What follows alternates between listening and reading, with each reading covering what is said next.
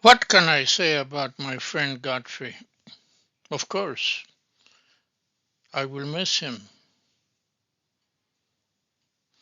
I have known him for over 50 years.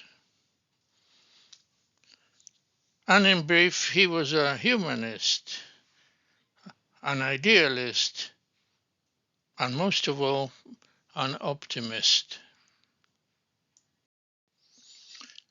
Among the resources of our program, OmniNet MedWord, is an archive that includes a gallery of pioneers of pediatrics and teratology.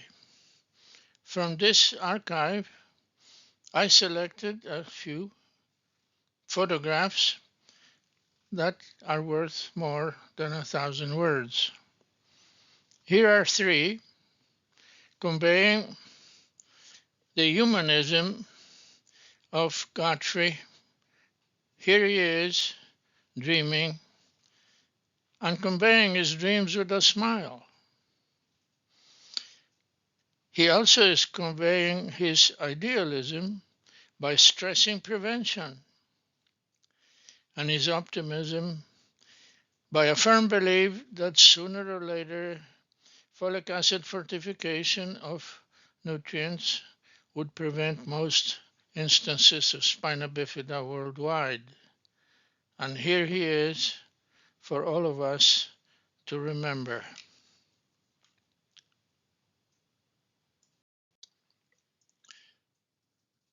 And here we are in the 1970s, an era before the folic acid.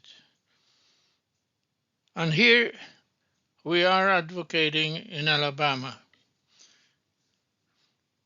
the prevention of birth defects to all commissioners engaged in the services for them in one of the many states of the Union. On the right, we see an image of four of the many members of the International Clearinghouse for Birth Defects that arose in Finland, also in the mid-1970s, before the era of the folic acid. For Godfrey, dreaming and smiling and advocating his dreams as an optimist, his ideal of prevention,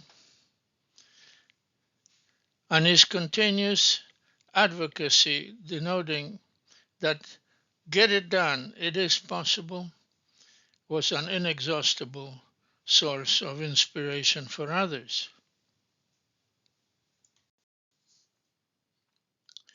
For Godfrey, the world was one.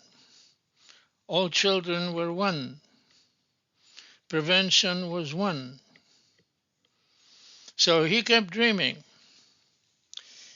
And when Ukraine declared independence, it was possible to monitor birth defects and discover that there was an epidemic of spina bifida.